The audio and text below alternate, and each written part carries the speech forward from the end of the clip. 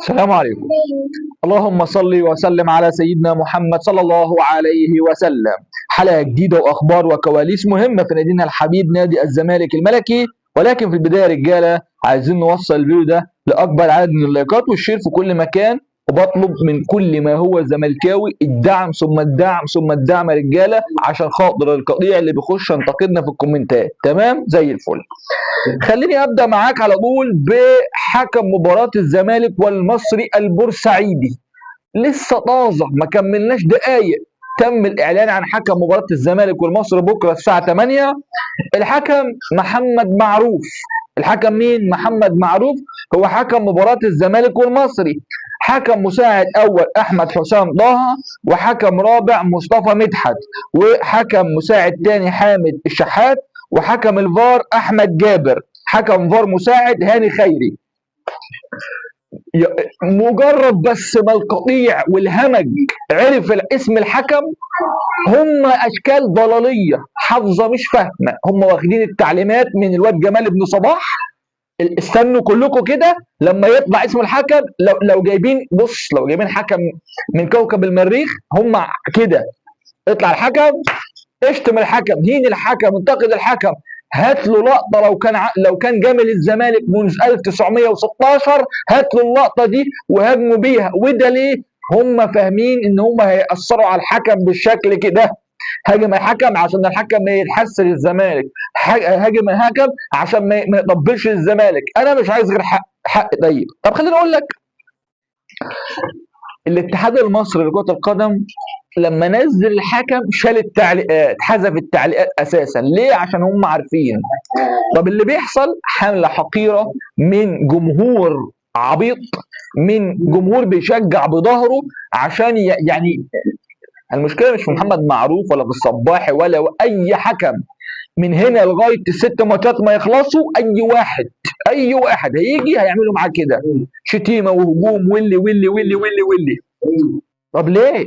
طب هو انت المفروض يا اهطل يا عبيط اخواتك، مش المفروض تتفرج على الماتش وتشوف الحكم عمل ايه وبعد كده تنتقد او تشيد او تعمل؟ انما انتوا فاهمين مش حافظين. فمحمد معروف، احنا كزملكاويه ما يعنيناش اسم الحكم، يعنيني الحكم يتقي ربنا فينا. انا كزمالك اديني حقي والمصري يديله حقه، صح ولا لا؟ بس طيب اللي على الفار، يعني الحكم اللي على الفار يا جماعه، انا ما اعرفش مين الحكم ده. يعني اول مره والله العظيم مع احترامنا الكامل لاسمه، اسمه احمد جابر. مين احمد جابر ده؟ حد يعرفه يا جماعه؟ لو حد فيكم يعرف مين احمد جابر ده يكتب لي في الكومنتات ويقول لنا مين احمد جابر ده، لان انا ما اعرفش مين احمد جابر ده يا جماعه. جبت حكم محمد معروف في حكم ساحه، يبقى تجيب حكم مميز، حكم كويس على الفار. انما انت تجيب لي حكم ساحه كويس او معروف او دولي وتجيب لي حكم على الفار محدش يعرفه. فيا جماعه حاجه غريبه وحاجه عجيبه يعني، ولكن ربنا يسترها على طاقم حكام مباراه الزمالك بكره امام المصري البورسعيدي. تمام يا رجاله؟ تمام. خليني اروح بيك. انا قلت لكم امبارح وفي ناس قالت لي ما حصلش، قلت لك ان نادي الزمالك جدد او مدد عقد اللاعب عمر عبد العزيز حارس مرمى الزمالك. في ناس قالت لك لا لسه ما حصلش ولسه الزمالك. يا عم الحاج، لما اقول لك معلومه خليك واثق انها حصلت. الزمالك مدد عقد 2 حراس، عمر عبد العزيز 4 سنين، ومحمود الشناوي برضه الزمالك مدد له 4 سنين. الزمالك مدد عقود 4 لعيبه مش لاعب واحد بس، ده في مركز حراسه المرمى.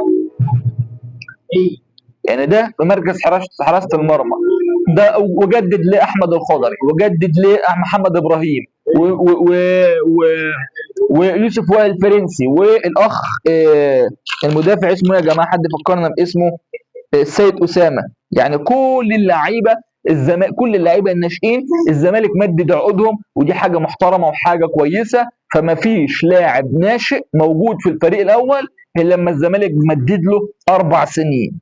كمان خلال الايام القليله جدا جدا الزمالك هيمدد بشكل رسمي لحسام عبد المجيد ولاحمد فتوح، ودول اهم عناصر الفرقه. يعني انت تمدد لهم عشان تمنع الوكلاء وتمنع السماسره، لان السمسار بيروح للاعب يقول له انت بتاخد كام، يقول له مثلا 10 مليون، طب انا اجيب لك 50.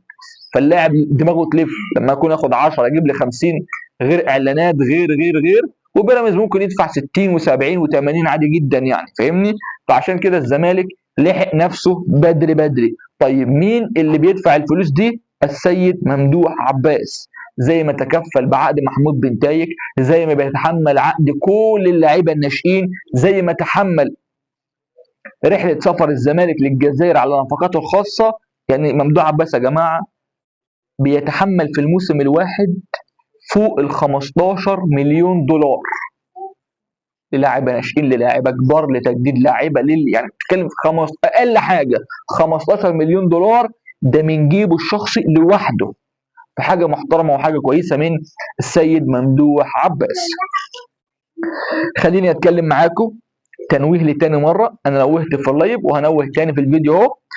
الزمالك يا جماعه، الجمهور العظيم اللي هيروح يشجع الزمالك بكره، الزمالك موفر 30 اتوبيس مجانا لنقل الجماهير من عند نادي الزمالك الى استاد برج العرب، ولكن تم تغيير نقل مكان الجمهور. كان الزمالك المفروض الجمهور هيروح عند بوابه 5 هيلاقي الاتوبيسات هناك، ولكن تم تغيير المكان من بوابه 5 الى بوابه 7 عند ميدان سفنكس. بدل من بوابه 5 لا بقت بوابه 7 عند ميدان سفنكس. الزمالك موفر 30 اتوبيس لنقل الجماهير. تمام يا جماعه؟ تمام. طيب في حد بيروح على حسابه؟ هم اللي هيشجعوا، هم ال 30 اتوبيس اللي هيروحوا؟ لا، في ناس ثانيه بتروح من بره يعني. تمام يا رجاله؟ تمام. الناس في المصري البورسعيدي ومستر كامل ابو علي رئيس المصري البورسعيدي راصد مكافآت كبيره للاعبين من اجل الفوز على الزمالك، وده ما يحصلش باذن الله. فحقهم ان هم يدعموا نفسهم، حقهم ان هم يرصدوا مكافآت للاعبين من اجل الفوز على الزمالك.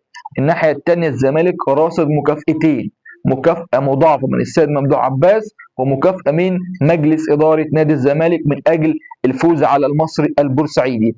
مباراة بكرة هتكون مباراة قوية جدا جدا.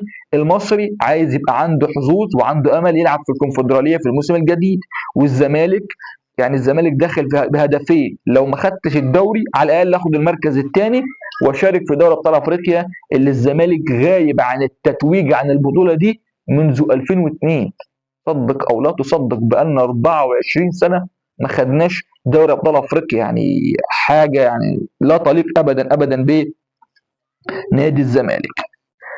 ابلكيشن الزمالك هيظهر للنور يا جماعه ان شاء الله خلال الايام القليله جدا، والابلكيشن يبقى يعني حاجه حلوه وحاجه محترمه للزمالك. والابلكيشن ده انا قلت لك اي عضو في مجلس الاداره عضويته خلصت يقدر يجدد عضويته من الابلكيشن. عايز تشتري تيشيرت من الابلكيشن، عايز تساهم وتدعم الزمالك زي تبرع كده من خلال الابلكيشن. اي اخبار حصريه تخص نادي الزمالك هتنزل على اول حاجه تلاقيها على الابلكيشن. معسكرات الزمالك، تطورات الصفقات، كل حاجه من الالف الى الياء هتكون موجوده على الابلكيشن بتاع نادي الزمالك. كمان احنا قلنا برضو ان قناه نادي الزمالك هيتم تغيير الجوده بتاعتها من الاس دي الى الاتش دي، تبقى حاجه محترمه، تتفرج على صوره كويسه، تتفرج على صوره محترمه تليق بنادي الزمالك، تبقى حاجه محترمه لكل جمهور الزمالك المحترم في كل مكان. محمد علاء حارس مرمى الجونه اقرب صفقات الزمالك في الموسم الجديد، وانا قلت لك ان محمد علاء لاعب قوي، لاعب مميز، هو عنده 27 سنه، حارس مميز، حارس عنده شخصية، لاعب قوي، انضم في الفترة الأخيرة لمنتخب مصر تحت قيادة الكابتن حسام حسن، وحارس بالأرقام مش بحاجة تانية، بالأرقام أفضل حارس مرمى في الدوري الموسم ده من ناحية التصديات ومحمد علاء حارس الجونة. أكتر لاعب في الدوري خد أحسن لاعب في المباراة هو محمد علاء، وعشان كده ربنا كافئ اللاعب وانضم في الفترة الأخيرة لمعسكر منتخب مصر. حاجة كويسة وحاجة محترمة ليه محمد علاء، فربنا يكرم وربنا يوفق بإذن الله. النادي الأهلي يا جماعة بيعمل كل اللي يقدر عليه عشان يطلع الموسم ده ببطولة بدل ما يطلع ملط. هو أصلا الفضايح والجرس عندهم خربة الدنيا إن النادي الأهلي أكتر نادي في أفريقيا صرف فلوس على الصفقات والمحصلة صفر. المحصلة إن الفرقة طلعت ملط من كل البطولات، لا أفريقيا ولا سوبر أفريقي ولا رايحين انتر كونتيننتال ولا كاس مصر طلع من وي عليه طلع من وي، ولا اي حاجه. من ساعه ما زيزو راح وش الخير عليهم ما خدوش حتى طبق اليوم ملط. فعشان كده عايزين ياخدوا الدوري بتاعهم. يعني ايه بتاعهم؟ ما مكتوب باسمهم. السنه اللي فاتت احمد دياب اداهم دوري الظروف القهريه، فعايزين حاجه دي يستروا نفسهم بيها بدل الفضايح اللي موجوده عندهم، فيلحقوا ياخدوا ايه؟ اي حاجه. البطوله دي، اللي بياخد البطوله بتاعت الدوري بياخد كام فلوس؟ 6 مليون جنيه، يعني مش جايبه حق وجبه من اللي بياخدها زيزو من الاهلي. ودي تاني سنه على التوالي الاهلي ما ياخدش افريقيا. كان كل مره يقول لك احنا فلوسنا جايه من افريقيا، احنا بناخد افريقيا وبنشارك في انتر كونتيننتال و8 مليون دولار و9 واي كلام. طب تاني موسم على التوالي ما خدتش فلوس. اشرف بن شرقي خلاص اتفق وخلص كل اتفاقاته مع الغرافه القطري، وبعد نهايه الماتشات في الدوري للاهلي هيصل عرض من الغرافه القطري لاشرف بن شرقي للانتقال ليه. اشرف بن شرقي مش مرتاح، مش مبسوط، مش عايز يقعد في الاهلي. ده بالاضافه ان اليو ديانج وقع مع فالنسيا الاسباني ببلاش. يعني ايه ببلاش؟ مش هو وقع ببلاش، الاهلي مش هياخد حاجه، اللاعب هيمشي ببلاش. عارف يعني ايه اليو ديانج يا جماعه يمشي من النادي الاهلي ببلاش؟ اليو ديانج السنه اللي فاتت كان جاي في كام؟ كان جاي فيه 6 مليون دولار، يعني 300 مليون جنيه، والاهلي ما رضيش يبيعه. فنفس المقلب اللي اتعمل في الزمالك في زيزو اتعمل في الاهلي. يبقى اليو ديانج اللي السنه اللي فاتت كان جاي في 6 مليون دولار وقع مع فالنسيا، والاهلي مش هياخد جنيه، مش دولار، مش جنيه حتى ياخده. فدي صدمه موجعه مؤلمه للنادي الاهلي. كمان الاهلي في نهايه الموسم في ورطه. ليه؟ رضا سليم، محمد كريستو الضوي، واشرف داري، وجراد ياشار، كل ده هيرجع للاهلي لان اللعيبه دي كلها طالعه اعارات. ده بالاضافه ان الاهلي مطلع حوالي 10 لعيبه محليين من اطوارهم في الدوري المصري، للفيوتشر وللاتحاد وللسيراميكا واللي كل ده طالع اعارات. فالاهلي يدفع لمين ولا لمين؟ لما طلع خالد مرتجي قال لك عايزين نطبق لعب المال النظيف، وانا معاك. قول لي النادي الاهلي صرف كام ودخل له كام؟ يعني قول لنا انت بطولات ملط. الموسم اللي فات خدت دوري ظلم، والسنه دي حتى الان ما خدتش حاجه خالص. النادي الاهلي معرض ان هو يشارك في الكونفدراليه. ليه؟ احنا بنتكلم على ارقام. حتى الان الزمالك في صداره الدوري، ثم في المركز الثاني نادي بيراميدز، ثم الاهلي في المركز الثالث. يعني لو فضلنا ماشيين هنا لغايه نهايه الموسم الاهلي هيشارك في الكونفدراليه والدوري ما ياخدوش. حد بيتكلم على الاهلي انت بتصرف منين ولا بتجيب ايه؟ لا. حد قال للاهلي كاموتش اللي انت جبته اللي طلع مقلب ده عملت فيه ايه؟ لا. حد قال للمدرب بتاع النادي الاهلي اللي هو يسترب اللي هو محطوط في عقده لو مشي دلوقتي ياخد 6 مليون يورو؟ لا. فعشان كده الاهلي اضطر ان هو يخلي يستر بيستمر ويكمل غصب عن الاهلي، ان لو حب يمشيه هيدفع 6 مليون يورو. حد اتكلم؟ لا. حد فتح بقه؟ لا، ولا حد يقدر يفتح بقه. طيب، عايز اتكلم معاكم يا رجاله واقول لكم ان خلاص نادي الزمالك قفل ومنع الكلام عن اي حاجه تخص الفريق غير الفريق الاول بس. لحد يتكلم على راحلين وعلى صفقات ولا كله شادد بلاستر، كله ساكت، محدش بيتكلم عن اي حاجه غير المباريات بتاعت الزمالك. الزمالك يلعب بكره زي ما قلت لك مع المصري اللي هو 5/4. الزمالك يوم 7 هيسافر للجزائر من اجل لقاء فريق شباب بوليسداد على ملعب نيلسون مانديلا في الجزائر. مباراه تكون قويه. يبقى الزمالك يلعب يوم 10 مع شباب بوليسداد، ثم يرجع يلعب مباراه العوده مع شباب بوليسداد يوم 17. نادي الزمالك طلب من وزاره الداخليه ان يتم السماح بالساعه الكامله لاستاد القاهره اللي هو ال 50,000 متفرج.